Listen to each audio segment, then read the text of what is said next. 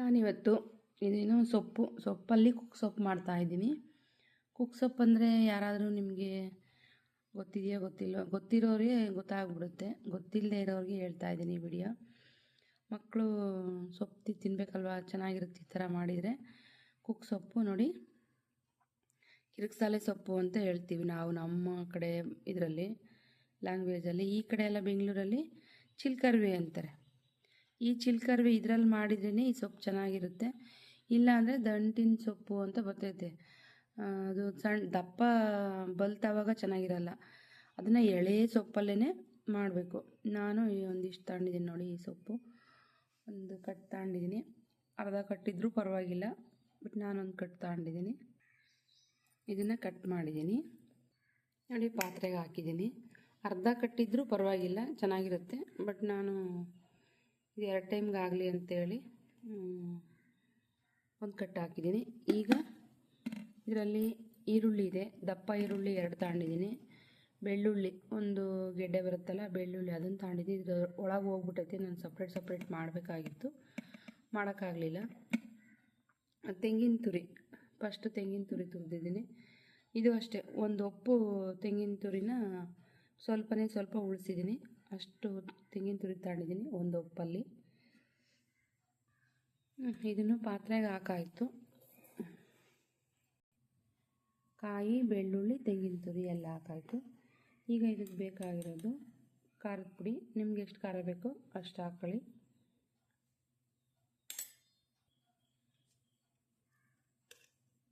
ಮತ್ತು ಧನಿಯಾ ಪುಡಿ ಅಂತೀನಿ ನಾನು ಇದನ್ನು.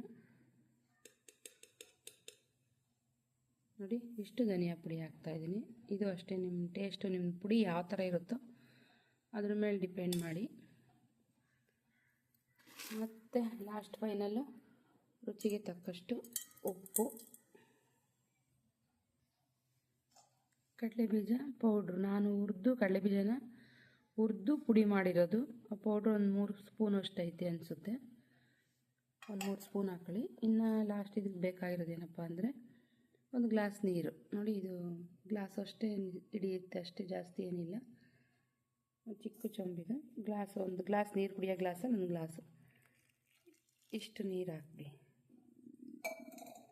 ನಮಗಿನ್ನೂ ಸ್ವಲ್ಪ ತೆಳ್ಳಗೆ ಬೇಕಾದರೆ ಇನ್ನೂ ನೀರು ಹಾಕೋಬೋದು, ಬಟ್ ಏನು ಅಷ್ಟು ಚೆನ್ನಾಗಿರೋದಿಲ್ಲ. ಇದು ಇಷ್ಟೇ ನೀರು ಹಾಕಿ ಸಾಕು. ಈಗ ಸ್ಟವ್ ಅಂಟಿಸಾಯಿತು, ಪಾತ್ರೆ ಇಡೋಣ. ಸ್ಟವ್ ಮೇಲೆ ಇಟ್ಟಿದ್ದೀನಿ. ಈಗ ರೆಡಿ ಆದಮೇಲೆ ನೋಡೋಣ. ನೋಡಿ, ನೀರು ಬೇಯ್ತಾ ಐತೆ. ನನಗೆ ನೀರಿನ ಸಾಲ್ಟೇಜ್ ಬಂತು ಸ್ವಲ್ಪ. ಇನ್ನೊಂದು ಸ್ವಲ್ಪ ಇದೇ ಗ್ಲಾಸಲ್ಲಿ ಇನ್ನೊಂದು ಅರ್ಧ ಹಾಕ್ತಾಯಿದ್ದೀನಿ.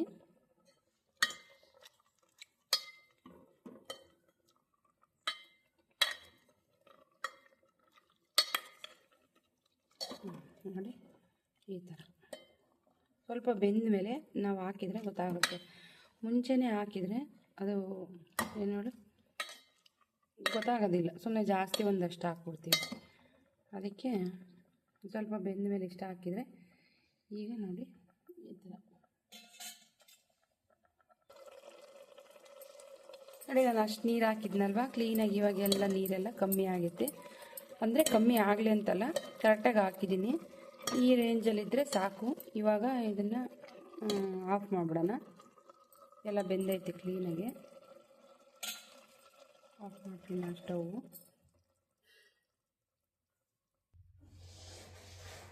ಸೊಪ್ಪು ಇದೀನಿ, ಸಾಂಬಾರು ಆಗಿದ್ದಾಯಿತು. ನೋಡಿ, ಮಸ್ತಿದ್ದೀನಿ ಮಸಾಗುಂಡಲ್ಲಿ. ಮಸಾಗುಂಡು ನೋಡಿ, ಇದರಲ್ಲಿ ಮಸ್ತಿದ್ದೀನಿ ಚೆನ್ನಾಗಿ ಅಂದರೆ ಸೊಪ್ಪು ಇದಾಗೋವರೆಗೂ ಮಸಿಬೇಕಷ್ಟೆ. ಸೊಪ್ಪನ್ನು ಫಸ್ಟೇ ನಾವು ಕಟ್ ಮಾಡಿ ಹಾಕ್ಬಿಟ್ರೆ ಬೇಗ ಇದಾಗುತ್ತೆ. ಸೊಪ್ಪು ಹೆಂಗೆ ಹಾಕಿದರೆ ಅದಿಲ್ಲಿಂದ ಹೈದ್ರಾಬಾದ್ ತನಕ ಉದ್ದ ಇರ್ತೈತೆ. ಅದಕ್ಕೆ ಕಟ್ ಮಾಡಿ ಹಾಕ್ರಿ ಸೊಪ್ಪ. ನೀವು ಮಾಡಬೇಕಂತ ಅಂದ್ಕೊಂಡವರು ತುಂಬ ಚೆನ್ನಾಗಿರುತ್ತೆ. ನೀವು ಒಂದ್ಸಲ ಟೇಸ್ಟ್ ಮಾಡಿ, ನೀವು ಯಾವುದೇ ಕಾರಣಕ್ಕೂ ಮರೆಯಲ್ಲ, ಅಷ್ಟು ಚೆನ್ನಾಗಿರುತ್ತೆ. 5 ಮಿನಿಟ್ಸಲ್ಲಿ ಸಾಂಬಾರು ಆಗೋಗುತ್ತೆ. ಬೇಳೆ ಇಲ್ಲ, ಈರುಳ್ಳಿ ಇಲ್ಲ, ಈರುಳ್ಳಿ ಜಾಸ್ತಿ ಇರಬೇಕು. ಈರುಳ್ಳಿ, ಕಡಲೆಬೀಜ ಪುಡಿ, ಬೆಳ್ಳುಳ್ಳಿ, ಇದಕ್ಕೆ ಕಾಯಿ ಇಷ್ಟು ಜಾಸ್ತಿ ಇರಬೇಕು.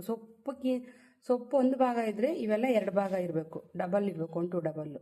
ಹಂಗಿದ್ದಾಗಲೇ ಈ ಸಾಂಬಾರು ತುಂಬ ಚೆನ್ನಾಗಿರುತ್ತೆ. ಈ ವಿಡಿಯೋ ಯಾರೆಲ್ಲ ನೋಡ್ತಾ ಇದ್ದೀರಾ ಲೈಕ್ ಮಾಡಿ, ಶೇರ್ ಮಾಡಿ, ಸಬ್ಸ್ಕ್ರೈಬ್ ಮಾಡಿ. ನಿಮ್ಗೆ ಏನು ಅನ್ನಿಸ್ತು ಅಂತ ಕಮೆಂಟ್ ಮಾಡಿ. ನೀವು ನಿಮ್ಮ ಮನೇಲಿ ಮಾಡಿ ಉಂಡಾಗ ಕಮೆಂಟ್ ಮಾಡಿ, ಅಥವಾ ಈ ಸಾಂಬಾರು ಯಾರಾದರೂ ನೀವು ತಿಂದಿದ್ರೆ ಹೆಂಗಿರುತ್ತೆ ಅಂತ ಕಮೆಂಟ್ ಮಾಡಿ. Thank you for watching.